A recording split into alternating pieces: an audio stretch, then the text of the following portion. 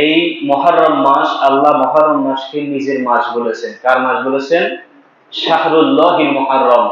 এই মুহররম মাস আমি আল্লাহ তাআলার মাস, আমি আল্লাহ তাআলা। তাহলে অন্য যে তিনটা সম্মানিত মাস আছে সেগুলোর চেয়ে গুরুত্ব এবং সম্মান এই মুহররম মাসের বেশি। তাহলে এই মুহররম মাসের সম্মান এবং এই মুহররম মাসের গুরুত্ব এটা কেমনে আমরা আদায় করব, কিভাবে পালন করব, সেটা হচ্ছে এই মুহররম মাসের পবিত্রতা। কোন প্রকার কাটাকাটি, হানাহানি, ঝগড়া বিবাদ এগুলা থেকে বিরত থাকার মাধ্যমে এই মুহররম মাসের পবিত্রতা রক্ষা করা। কিন্তু আমাদের দেশে মারামারি, কাটাকাটি, হানাহানি, খুন কি বাড়ছে না কমছে? কর এই মাসে বাড়ছে না কমছে? ধিক্কার সেই জাতিকে যে জাতি খুনকে নুনের চেয়ে সস্তা বানিয়ে ফেলেছে, খুনকে নুনের চেয়ে সস্তা বানিয়ে ফেলেছে। এই জাতির উপর ধিক্কার, এই জাতির উপর আল্লাহ তাআলা লানত। লানত না হলে যে যাদেরকে মডেল হিসেবে মানে পশ্চিমা দেশগুলোতে গোটা বছরে তারা তাদের দেশে এরকম যে তদন্ত, আদমশুমারির তদন্ত অনুযায়ী তাদের দেশে বছরে 2টা থেকে 3টা খুন হয় না। আর আমরা তাদেরকে অনুসরণ করি বলে আমরা দাবি করি, কিন্তু আমাদের দেশে একদিনে কতটা খুন হয়েছে আমরা কি খবর রাখি? মিডিয়ার খবর অনুযায়ী 22 জন খুন হয়েছে এই গতকালকে। ছাত্র কয়জন? 22 জন খুন হয়েছে, তাও মিডিয়া, ইলেকট্রনিক্স মিডিয়ার গণনা অনুযায়ী। আর আপনি যদি সোশ্যাল মিডিয়া খোলা পাইতেন তাহলে আপনি দেখতেন কত ছাত্র মারা গেছে, কত সাধারণ মানুষ এরকম ক্ষতিগ্রস্ত হয়েছে। তাহলে এই মুহররম মাসের পবিত্রতা কি আমরা রক্ষা করতে পারছি? বরঞ্চ এই মুহররম মাসে খুন, গুম, রাহাজানি আরো বেশি বাড়ছে না কমছে? বাড়ছে। আমরা আল্লাহ তাআলার মাস মুহররমকে সম্মান জানাতে পারি নাই। এটা আমাদের জন্য লানত, আমাদের জন্য বড় আফসোসের বিষয়। আজকে বাংলাদেশের মানুষ বাংলাদেশে থেকে তাদের মনের ভাব শক্তিকে তারা কথা বলতে পারে না, স্বাধীনভাবে কথা বলতে পারে না। স্বাধীনভাবে কথা বলতে গেলে গুম হওয়া লাগে, খুন হওয়া লাগে, অ্যাক্সিডেন্ট হওয়া লাগে, এরপরে জেল খাটা লাগে। ঠিক কিনা বলেন? তাহলে বাংলাদেশের মানুষের কথার বাক শক্তির কোনো স্বাধীনতা এখন আর নাই। অথচ সূরা নামলের মধ্যে আল্লাহ তাআলা হুদহুদ নামক একটা পাখির ঘটনা এনেছেন। হুদহুদ পাখির সেই যুগ, যে ঘটনাটা আল্লাহ তাআলা কোরআনে কোট করেছেন, সেই যুগটা ছিল সুলাইমান আলাইহিস সালামের। কার? সুলাইমান আলাইহিস সালামের যুগ। আমরা জানি সুলাইমান আলাইহিস সালাম একজন আল্লাহ তাআলার নবী এবং রাসূল হওয়া সত্ত্বেও তিনি গোটা ওয়ার্ল্ডের, গোটা পৃথিবীর বাদশা ছিলেন। কি ছিলেন? তো তখনকার তিনি প্রত্যেকটা প্রাণীর কথা বুঝতেন। পিঁপড়া হইতে যত বড় প্রাণী হোক, আল্লাহ তাআলা যত বড় সৃষ্টি আছে সমস্ত সৃষ্টির কথা বুঝতেন। আল্লাহর এই ফেরা রাসূল এবং গোটা পৃথিবীর বাদশা এই নবী সুলাইমান আলাইহিস সালাম পৃথিবীর তলে, জমিনের তলে কোন কোন জায়গায় পানি আছে এই পানির খবর নেওয়ার জন্য আল্লাহ তাআলা এই হুদহুদ পাখিকে সুলাইমান আলাইহিস সালামের সাথী করে দিয়েছেন। বলেন সুবহানাল্লাহ। এই হুদহুদ পাখির বৈশিষ্ট্য হলো সে এরকম 1 লক্ষ ফিট উপর থেকে যদি নিচের দিকে তাকায় তাহলে পানির নিচে কোথায় পানি আছে, এই জমিনের নিচে কোথায় পানি আছে, পাহাড়ের নিচে কোথায় পানি আছে সে বলে দিতে পারে। বলেন সুবহানাল্লাহ। কিন্তু তার চেয়ে আশ্চর্যজনক বিষয়, এই জমিনের উপর কি আছে সে সেটা দেখে না। জমিনের উপর কি আছে ওইটা দেখে না, কিন্তু এই জমিনের নিচে কোথায় পানি আছে, কোথায় কি আছে সে সবগুলা দেখে। আল্লাহ তাআলা তার চোখকে এত তীক্ষ্ণ করেছেন, দূরের জিনিস দেখে, কাছের জিনিস দেখে না। তো একদিন সুলাইমান আলাইহিস সালাম একটা জায়গায় গিয়েছেন। জায়গায় গিয়ে সমস্ত পশু পাখিদের সাথে তিনি সাক্ষাৎ করছেন, কথা বলতেছেন, কিন্তু সেইখানে হুদহুদকে দেখতেছেন না। হুদহুদকে তালাশ করতেছেন। এই জন্য সুলাইমান আলাইহিস সালাম যে জায়গাতে অবস্থান করছে সেখানে পানি নেই। এখন পানির তো একটা খবর লইতে হইব, অজু দরকার আছে, খাওয়ার পানির দরকার আছে, অথবা গোসলের পানির দরকার আছে। তো এখন পানির খবরটা তো লইতে হইব। এই জন্য হুদহুদকে তালাশ করছে, হুদহুদকে পাইতেছে না। কিন্তু আসলে হুদহুদ কিন্তু নিজের জ্ঞানে, নিজের বিবেক দিয়ে কিন্তু পানি খোঁজ করার জন্য তালাশে চলে গেছে। সুবহানাল্লাহ। সেখানে যাইয়া এক শিকারী ফাঁকি ধরার জন্য আমাদের দেশে কারেন্ট জাল আছে না, কারেন্ট জাল দিয়ে দিছে। হুদহুদ ফাঁকি নিচের এত গভীরের পানি দেখে জমিনের নিচে, কিন্তু এ জাল দেখে নাই। এ জাল কি? ওই জালের মধ্যে আটকে পড়ে গেছে। এই জন্য সুলাইমান আলাইহিস সালামের সামনে আসতে দেরি হয়েছে। কথা বলতে বলতে হুদহুদ চলে আসছে। আশ্চার বলছে, সুলাইমান আলাইহিস সালাম বলছে, তুমি যদি যে নির্দিষ্ট পরিমাণ অথবা উপযুক্ত কোনো কারণ যদি তুমি দেখাইতে না পারো তুমি কোথায় ছিলা, তাহলে তোমাকে হয়তো আমি হত্যা করবো, নাহলে জবা করে খেয়ে ফেলবো। সুবহানাল্লাহ। তার মানে তোমাকে উপযুক্ত কারণ দেখাতে হবে তুমি কোথায় গিয়েছিলা। তখন এই হুদহুদ পাখি কি বলে দেখেন, এই গোটা পৃথিবীর বাদশাকে বলতেছে, হে আল্লাহর নবী সুলাইমান আলাইহিস সালাম, আমি যা জানি আপনি তা জানেন না। সুবহানাল্লাহ। আমি যা জানি, একটা ছোট্ট পাখি, একবারে ছোট্ট একটা পাখি, যেটা ছড়ই পাখির মতো, ফিলের মতো, সরি আবাবিলের মতো ছোট্ট একটা পাখি। এই পাখি এতটা আদনা হওয়া সত্ত্বেও আল্লাহর একজন পয়গম্বরকে বলছে, আমি যা জানি আপনি কিন্তু তা জানেন না। তখন সুলাইমান আলাইহিস সালাম বলল, তুমি কি জানো বলো। আপনি মনে করেন যে গোটা পৃথিবীর বাদশা আপনি, আসলে গোটা পৃথিবীর বাদশা শুধু আপনি না, আপনার পার্শ্ববর্তী একটা রাজ্যের মধ্যে একজন মহিলা বাদশা আছে, সুবহানাল্লাহ, যার নাম হলো বিলকিস। কি নাম? হচ্ছে বিলকিস। আপনি নবী হওয়া সত্ত্বেও, আপনার গোটা পৃথিবীর বাদশা হওয়া সত্ত্বেও, আপনার এই পার্শ্ববর্তী রাজ্যের মানুষ আল্লাহর ইবাদত ছেড়ে দিয়ে তারা সূর্যের পূজা করে। বলেন নাউজুবিল্লাহ। আপনি কি তার খবর রাখেন না? অভিযোগটা কে করতেছে? এই পাখি, এই হুদহুদ পাখি এই অভিযোগ করতেছে এবং বলতেছে, এত বড় দুঃসাহস দেখাইতেছে যে আমি যা জানি আপনি তা জানেন না। আপনি মনে করেন আপনি গোটা পৃথিবীর বাদশা, আসলে বাদশা আরো আছে। আচ্ছা, এতগুলো অভিযোগের পরে যদি সুলাইমান আলাইহিস সালাম মন খারাপ করে এই ফাঁকিটারে ধরি জবাই করে দিত, রাগ করে মারিয়া লাইতো, পারতো কি পারতো না? পারতো তো অবশ্যই। আল্লাহর একজন রাসূল ছিলেন, এত বড় একজন বাদশা ছিলেন, কিন্তু তিনি জানেন এই ছোট থেকে ছোট পাখি যাদের বাকশক্তি বোঝার আল্লাহ তাআলা আমাকে তৌফিক দিয়েছেন, তাদেরও অভিযোগ থাকতে পারে কি পারে না? তাহলে একজন ছোট্ট আদনা থেকে আদনা পাখির যদি অভিযোগ থাকে, আমার দেশের মানুষের অভিযোগ থাকতে পারে কি পারে না? তখনকার সুলাইমান আলাইহিস সালামের যুগের মানুষও কি অভিযোগ করছেন না? তাহলে আমরা আমাদের সেই সুলাইমান আলাইহিস সালাম, যিনি পৃথিবীর শুরু থেকে শেষ পর্যন্ত যত বাদশা আসছেন, সমস্ত বাদশাদের আইকন, সমস্ত বাদশাদের আইডল, তিনার থেকে আমরা এরকম দেশ পরিচালনা, রাজ্য পরিচালনা আমরা শিখব। তিনি আমাদেরকে শিখিয়েছেন একজন ছোট্ট থেকে ছোট্ট প্রাণী অভিযোগ করা তার কি আছে? সুযোগ রয়েছে, তার অধিকার আছে। একজন ছোট্ট থেকে ছোট্ট প্রাণী তার অধিকার দাবি করার কি আছে? সুযোগ আছে, তার অধিকার আছে। তাহলে আমাদের দেশে বর্তমানে আমরা কিন্তু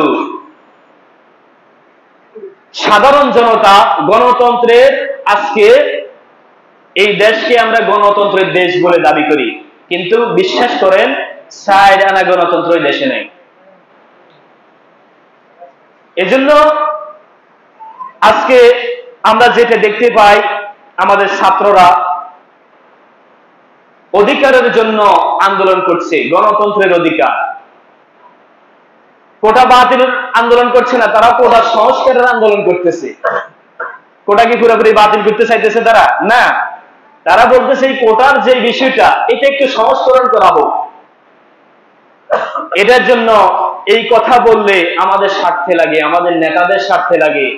কারণ আমরা তো কোটা দিয়ে দেশ চালাই, আমরা আমাদের দলকে, আমরা আমাদের পার্টিকে কোটা দিয়ে, চাকরি দিয়ে আমরা দল চালাই, যার কারণে কোটা আন্দোলন করলে আমাদের স্বার্থে লাগে। এই জন্য আমরা তাদেরকে খুন, গুম, এরকম হত্যা করতে আমরা কি করি না? দ্বিধা করি না। আমি আপনাদেরকে আরেকটা কথা বলি।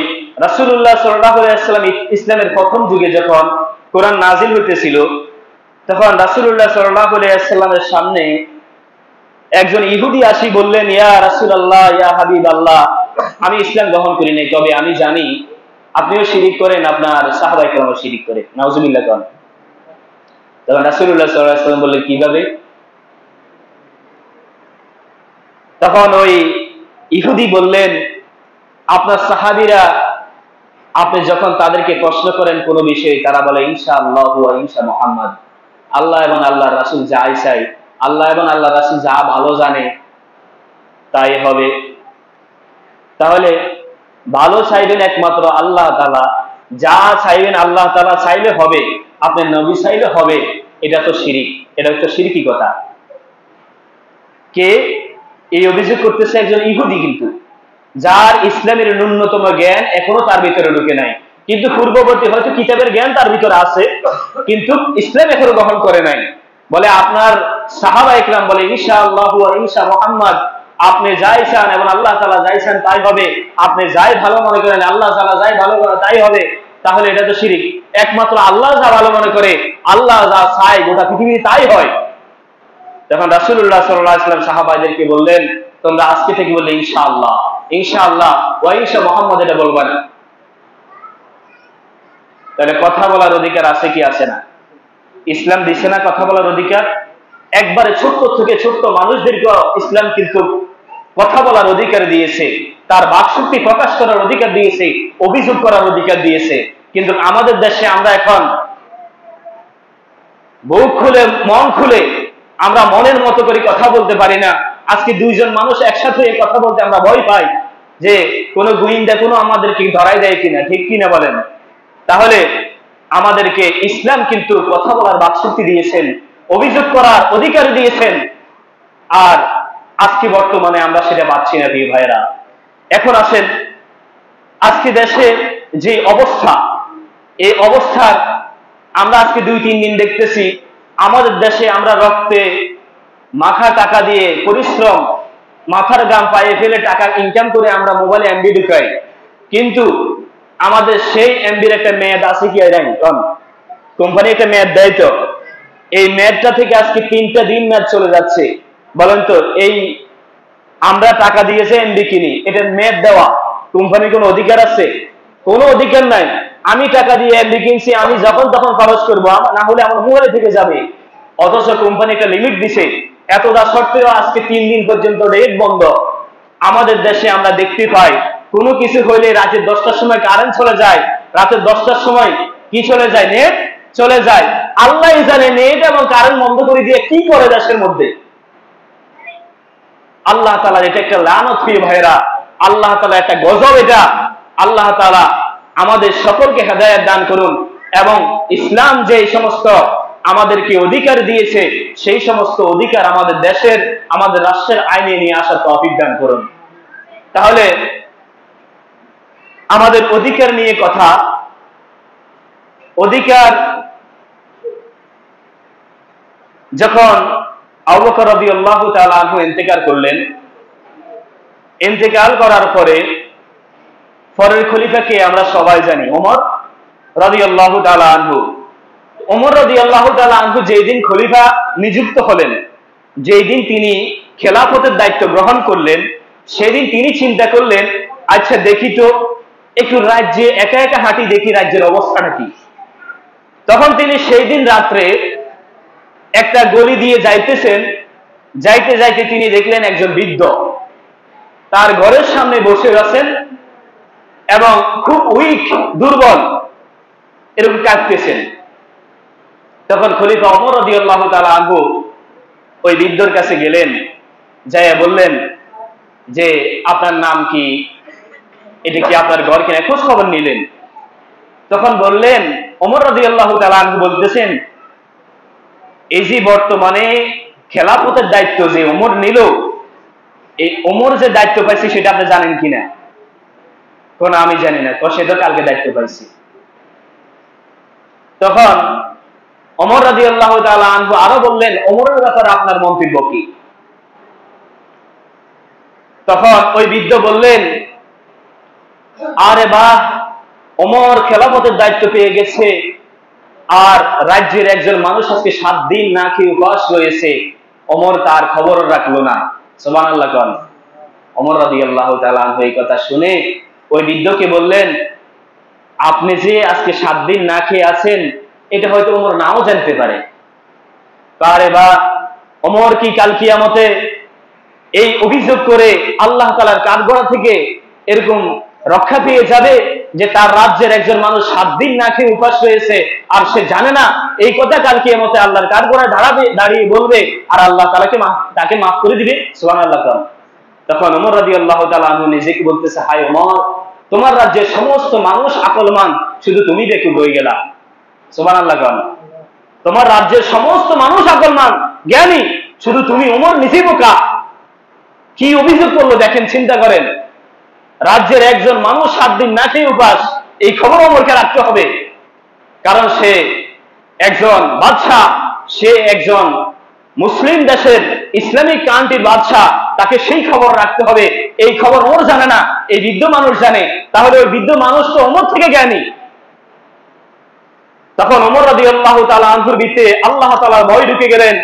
ওমর রাদিয়াল্লাহু তাআলা আনহু বললেন যে, হে শায়েখ, হে বৃদ্ধ লোক, আমি যদি আপনার এই দরিদ্রতা কিনে নিতে চাই, তাহলে কি আপনি আমার কাছে এই দরিদ্রতা বিক্রি করবেন? তখন এই বৃদ্ধ বলল, আরে বাবা, তুমি কি বলছো? এটাও কি বেচা কিনা জিনিস নাকি? দরিদ্রতা এটাও কি বেচা কিনা হয় নাকি? প্রতিমধ্যে আব্দুল্লাহ ইবনে ওমর রাদিয়াল্লাহু তাআলা আনহু এবং আব্দুল্লাহ ইবনে মাসউদ রাদিয়াল্লাহু তাআলা আনহু খলিফা ওমর রাদিয়াল্লাহু তাআলা আনহুকে তালাশ করার জন্য বাইরে হয়েছেন। আজকে খেলাফতের দায়িত্ব পাইলেন, আজকে তিনি কোথায় চলে গেলেন? ওনাকে তালাশ করতে করতে যাইয়া ওই বৃদ্ধের সামনে পাইলেন। তখন আব্দুল্লাহ ইবনে মাসউদ রাদিয়াল্লাহু তাআলা আনহু বললেন, ইয়া খলিফাতুল মুসলিমিন, আপনি এখানে, আর আমরা আপনাকে পুরো রাজ্যে খুঁজতেছি। তখন ওই বৃদ্ধ সাথে সাথে, মানে ওমরের, আর যাই হোক ওমরের কি গুণ, তার কি দাপট, এটা তো সবাই জানে, তখনকার রাজ্যে সবাই জানতো এটা। হায়, আমি তো ওমরের সাথে ওমরের অভিযোগ করে ফেলছি, আমাকে তো আজকে ওমর হত্যা করে ফেলবি। তখন ওই বৃদ্ধ এক্সকিউজ করলো যে, খলিফাতুল মুসলিম, আমি চিনতে পারি না, আমাকে মাফ করে দেন, আপনি আমাকে কিছু করবেন না, শাস্তি দিবেন না, আপনি আমাকে মাফ করে দেন। তখন ওমর রাদিয়াল্লাহু তাআলা আনহু বলল, হে বৃদ্ধ লোক, আপনার কোনো ভয় নাই, আপনি যে অভিযোগ করেছেন, আপনার অভিযোগ শতভাগ আপনার অধিকার। সুবহানাল্লাহ। তাহলে অধিকার দাবি করার অধিকার আমাদের আছে না নাই কোন? তখন ওমর রাদিয়াল্লাহু তাআলা আনহু বললেন, তোমার এই দরিদ্রতা আমার কাছে বিক্রি করবা? তখন ওই বৃদ্ধ লোক বলল, এটা কিভাবে বিক্রি করব? বলে, তুমি তোমার এই দরিদ্রতা আমি নিয়ে নিতে চাই, তুমি কত টাকা চাও আমার কাছে? তখনকার যুগের 25 দিনার, কত দিনার? 25 দিনারের বিনিময়ে ওমর রাদিয়াল্লাহু তাআলা আনহু ওই বৃদ্ধ লোক থেকে তার দরিদ্রতা ক্রয় করছেন, বলেন সুবহানাল্লাহ। এবং সেখানে তিনি একটা চিঠি লিখেছেন, চিঠির মধ্যে তিনার সন্তান আব্দুল্লাহ ইবনে ওমর আব্দুল্লাহকে এবং আব্দুল্লাহ ইবনে মাসউদ দুই আব্দুল্লাহকে তিনি সাক্ষী হিসেবে রাখছেন, এবং নিজের ছেলে আব্দুল্লাহকে ওসিয়ত করেছেন, আমি যদি ইন্তেকাল করি, আমার কাফনের ভিতরে এই চিঠিটা দিয়ে দিও, কাল কিয়ামতে যেন এই বৃদ্ধ লোকের অভিযোগ থেকে আমি বাঁচতে পারি। সুবহানাল্লাহ। প্রিয় ভাইরা, এমন ছিলেন আমাদের খোলাফায়ে রাশিদিন, এমন ছিলেন আমাদের মুসলিম নেতারা, এমন ছিলেন সাহাবায়ে কেরাম। তখন ওই বৃদ্ধকে 25 দিনার দেওয়া, 25 দিনের কিন্তু কম না, তখনকার দিনার ছিল স্বর্ণের। কিসের? তাহলে এখন ধরেন 1 টাকা কয়লা, একটা স্বর্ণকে ওজন দিলে কত টাকা হবে? অনেক টাকা হবে না? এই দিনারগুলো ছিল 25 দিনের, সবগুলো ছিল স্বর্ণের, অনেক টাকার বিনিময়ে। এটা কোনো রাষ্ট্রের সম্পদ দিয়ে কিনেন নাই, নিজের সম্পদ দিয়ে তার দরিদ্রতা কিনে নিয়েছেন, কিনে নিয়ে তিনি সেই অভিযোগ থেকে বাঁচছেন।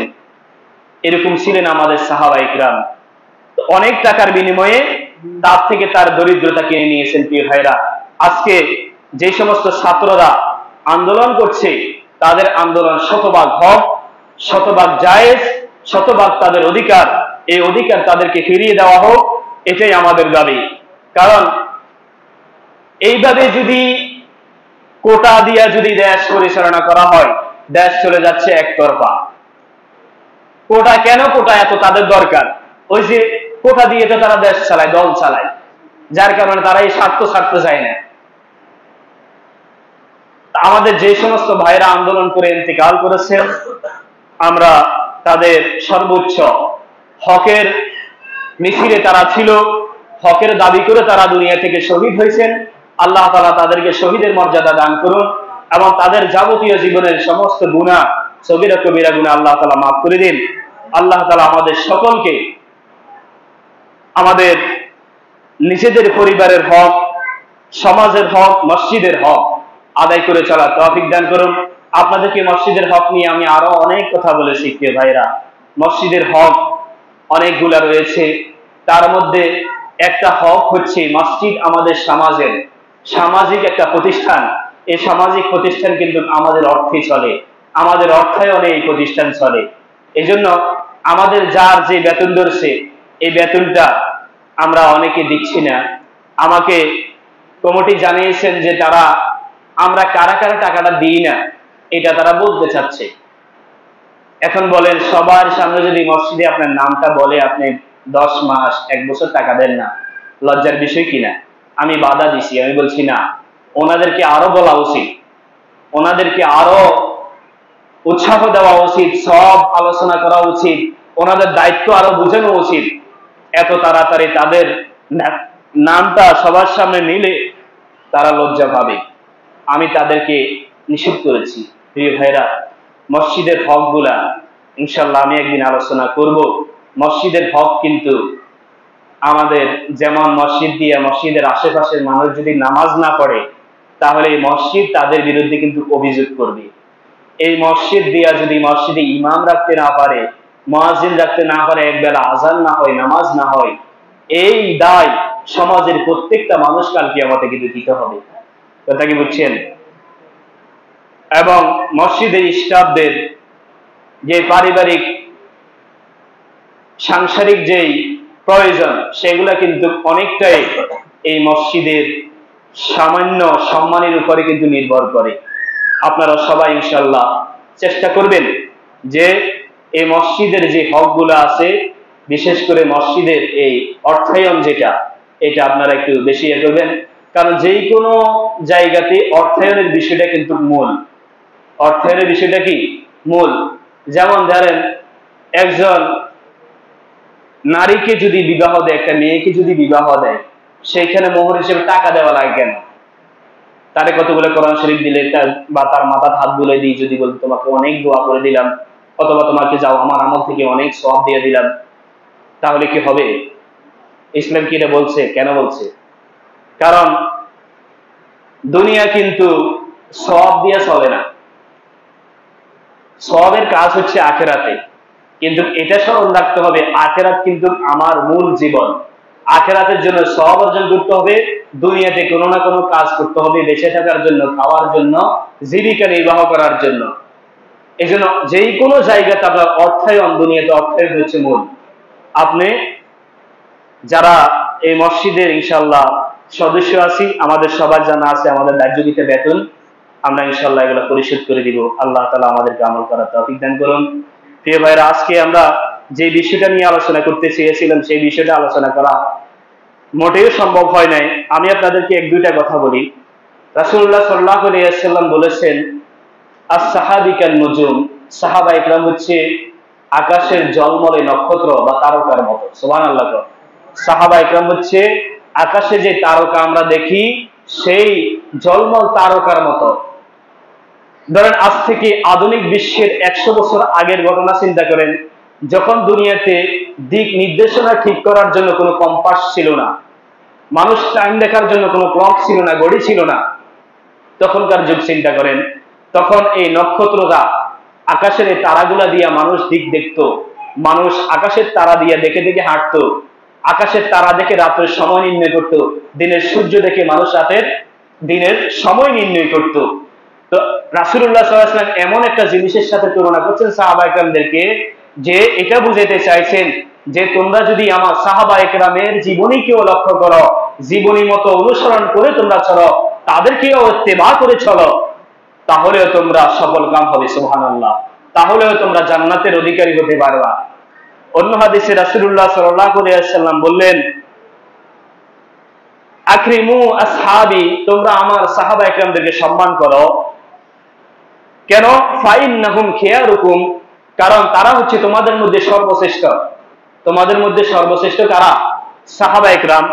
এখানে আহলে সুন্নাত ওয়াল জামাতের একটা আকীদা হলো রিসালাতের বিশ্বাসের সাথে, মানে নবী রাসূলদের প্রতি আমাদের যে একটা বিশ্বাস আছে, ওই নবী রাসূলদের বিশ্বাসের সাথে সাহাবায়ে কেরামের বিশ্বাস জড়িত আছে।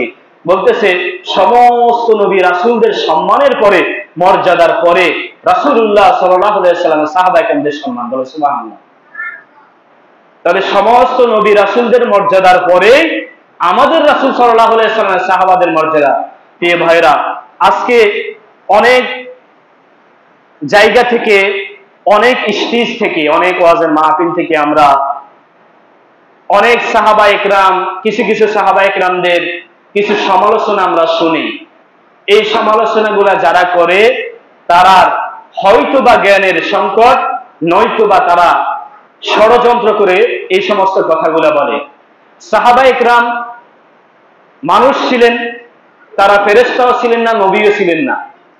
তারা যদি দুনিয়াতে কোনো ভুল করে থাকেন, আল্লাহ তাআলার কাছে তারা এমন ভাবে ক্ষমা চাইছেন, তাওবা করেছেন, আল্লাহ তাআলা তাদের এই তাওবাকে কবুল করে আল্লাহ তাআলা বলেছেন রাদিয়াল্লাহু আনহুম ওয়া রাদু আন, আমি সাহাবায়ে কেরামদের উপর সন্তুষ্ট আর সাহাবায়ে কেরাম আমার উপর সন্তুষ্ট। সুবহানাল্লাহ। এমন ভাবে তওবা করছেন, যদি এক দুইটা एग्जांपल আমি আপনাদেরকে উদাহরণ দিই, বড় আশ্চর্য হয়ে যাবেন। আপনি আমাদের বর্তমান যুগে জিনা করে কি করে না মানুষ বলেন? আমরা জিনা করি লুকাই না প্রকাশ করি? কোন লুকাই কিনা? আমরা জিনা করি হয়তো কোথাও অন্দর মহলে, কোথাও ঘরের কোণে, কোথাও চিপা চাপা জায়গাতে, এবং আমরা সেগুলা করার পরে নিজেকে মিডিয়ার সামনে এসে আমরা আলহামদুলিল্লাহ নিজেকে মাসুম, নিষ্পাপ, অর্থাৎ আমরা ওই গুনাহটাকে, ওই জিনাটাকে আমরা ঢাকি। কিন্তু সাহাবায়ে কেরাম যদি ভুল ক্রমে কখনো এই ধরনের কাজ করতেন, সাথে সাথে রাসূলুল্লাহ সাল্লাল্লাহু আলাইহি ওয়াসাল্লামের কাছে যায় প্রকাশ করতেন, ইয়া রাসূলুল্লাহ আমাকে পাকসাত করে দেন। সুবহানাল্লাহ। রাসূল সাল্লাল্লাহু আলাইহি ওয়াসাল্লাম অন্যদিকে ফিরে যেতেন, আবার এই পাশে আসতেন, আসি বলতেন ইয়া রাসূলুল্লাহ আমাকে পাকসাত করে দেন। আবার রাসূল সাল্লাল্লাহু আলাইহি ওয়াসাল্লাম এদিকে ফিরে যাইতেন, আবার এইদিকে আসতেন, ইয়া রাসূলুল্লাহ। যখন এইভাবে তিনবার বলতেন, তখন রাসূলুল্লাহ সাল্লাল্লাহু আলাইহি ওয়াসাল্লাম বলতেন তুমি কি করছো? তখন ইয়া রাসূলুল্লাহ আমি অমুক পাপে আমি নিমজ্জিত হয়েছি, জড়িত হয়ে গিয়েছি, ওই পাপ আমার থেকে সংগঠিত হয়ে গেছে। তখন রাসূল সাল্লাল্লাহু আলাইহি ওয়াসাল্লাম বললেন, আমার সাহাবায়ে কেরাম তোমরা একে মাজা পরিমাণ জায়গাতে গাড়াও, মাজা পরিমাণ, কোমর পরিমাণ তাকে মাটির গর্তের ভিতরে গাড়াও, এরপরে পাথর নিক্ষেপ করে তাকে এরকম কি করো, রজম করো। তখন এক সাহাবীর ঘটনা আছে, তেনাকে এরকম করছে। আমি কিন্তু কোন সাহাবীর নাম বলবো না, কারণ আজকে নাম বলাটাই বড় সমস্যা। সাহাবায়ে কেরামদের নাম বলা, সাহাবায়ে কেরামদের নাম নিয়ে কোন এরকম বর্ণনা দেওয়া, যতজন মানুষ সাহাবায়ে কেরামের নাম নিয়ে সাহাবায়ে কেরাম ফুল জীবন বর্ণনা করেছেন, কিতাব লিখেছেন, সমস্ত লেখক কুলুষিত হয়েছে। সমস্ত লেখক কুলুষিত হয়েছে, তাদের সমালোচনা করছে। কারণ সাহাবায়ে কেরামের পুরো জীবনের মধ্যে ভুল ত্রুটি থাকতে পারে কি পারে না, কিন্তু তার একটাই ভুল, সে কেন ভুলগুলো আনলো, এটার জন্য সাহাবায়ে কেরামের এই লেখার কারণে সাহাবায়ে কেরামের এই লেখক গুলাকে একবার প্রত্যেক যুগে তাদেরকে কুলুষিত করছে, শুধুমাত্র সোনালী যুগগুলা ছাড়া। প্রিয় ভাইরা, এক সাহাবীকে এরকম কোমর পর্যন্ত গর্তে গাড়াইয়া এরকম রজম করে তাকে ইন্তেকাল দিয়েছিল। তখন সাহাবীদের মধ্যে আরেকজন সাহাবী, তারও আমি নাম বলছি না, তিনি সর্বশেষে আসি বড় একটা পাথর নিয়ে ওই সাহাবীকে মারছে। মারার পরে তার এই মাথার কপালের মধ্যে যাইয়া ওই পাথরটা পড়ে, পড়ার পরে ওই মাথার এক ফোঁটা রক্ত আসি তার জামার মধ্যে পড়ে। পড়ার পরে সে ঘৃণার সাথে বললেন, ইয়া রাসূলুল্লাহ তাকে আমরা কুকুরের মতো এরকম পাথর নিক্ষেপ করে হত্যা করেছি, বলেন নাউজুবিল্লাহ। তখন রাসূল সাল্লাল্লাহু আলাইহি ওয়াসাল্লাম বললেন, ও আমার সাহাবী, আল্লাহ তাআলা আসমান থেকে আমার কাছে ইতোমধ্যে খবর পাঠাইছে আল্লাহ তাআলা এই সাহাবীর উপর সন্তুষ্ট। বলেন সুবহানাল্লাহ। আমি নবী তার উপর সন্তুষ্ট, সমস্ত সাহাবায়ে কেরাম তার উপর সন্তুষ্ট, এবং তোমরা সমস্ত সাহাবায়ে কেরাম তার উপর সন্তুষ্ট হয়ে যাও। সুবহানাল্লাহ। অর্থাৎ যখন দুনিয়াতে কোনো মানুষকে কোনো পাপের জন্য শাস্তি দেওয়া হয়, তার তওবা কবুল করে নেওয়া হয়, তার আর কোনো গুনাহ থাকে না। প্রিয় ভাইরা, এই জন্য সাহাবায়ে কেরাম জীবনের কোনো ভুল ত্রুটির পরেও থাকেন, সাহাবায়ে কেরাম আমাদের সমালোচনার ঊর্ধ্বে, সাহাবায়ে কেরাম আমাদের মহব্বত, আমাদের ঈমান। তখন আহলে সুন্নাত ওয়াল জামাতের আকীদা হলো যে সাহাবায়ে কেরাম সমস্ত নবী রাসূলের পরে রাসূলুল্লাহ সাল্লাল্লাহু আলাইহি ওয়াসাল্লামের সাহাবীদের মর্যাদা, সাহাবীদের আজকে যতগুলা সমস্যা আমরা দেখি, যতগুলা সমালোচনা দেখি, এটা একটা কারণ আছে। কারণ হচ্ছে যে আল্লাহ তাআলা কোরআনে কারিমে সাহাবায়ে কেরামদের যে সম্মান বর্ণনা করেছেন, সাহাবায়ে কেরামদের জীবনী নিয়ে যেরকম আল্লাহ তাআলা এবং রাসূল সাল্লাল্লাহু আলাইহি ওয়াসাল্লাম পিওর, সাহাবায়ে কেরামের জীবনটা পিওর, আল্লাহ তাআলা তাদের উপর খুশি, তারা আল্লাহ তাআলার উপর খুশি, এই বর্ণনাগুলো সম্পূর্ণ সহিহ। বর্ণনাগুলো সম্পূর্ণ কি? সহিহ। কোরআনেও আল্লাহ তাআলা এটা বলছেন, হাদিসও অনেক হাদিস আছে রাসূল সাল্লাল্লাহু আলাইহি ওয়াসাল্লাম সাহাবায়ে কেরামদের ব্যাপারে বলেছেন। কিন্তু এর বিপরীতে কিছু ইসলাম বিরোধী মানুষেরা সাহাবায়ে কেরামদের কিছু এই ধরনের কাহিনী, ভুল অপপ্রচারের কাহিনীগুলা দেখেছেন। এগুলা যে সমস্ত আলেমরা তাদের কিতাবে এনেছেন, তারা কুলুষিত হয়েছেন, তাদের কলমের কালি নষ্ট হয়েছে, তারা এরকম মতানৈক্যের শিকার হয়েছেন। এবং যারা মঞ্চে বসে, মাহফিলে বসে এই সমস্ত কাহিনীগুলা বলে, ওই সমস্ত আলেমরাও সমালোচনা পাত্র হয়েছে।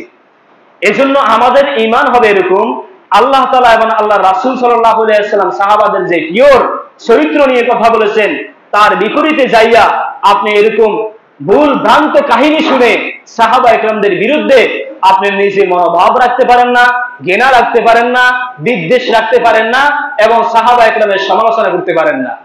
কথা কি বুঝছেন? তাহলে আল্লাহ এবং আল্লাহ রাসূল সাহাবায়ে কেরামদের যে পিওর, এটা কিন্তু সহিহভাবে বর্ণনা করেছেন।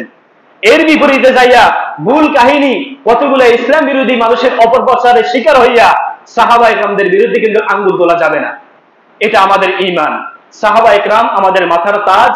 আল্লাহ তাআলা আমাদেরকে সাহাবায়ে কেরামের সম্মান, সাহাবায়ে কেরামদের প্রতি ভালোবাসা আমাদের হৃদয়ে ধারণ করার তৌফিক দান করুন।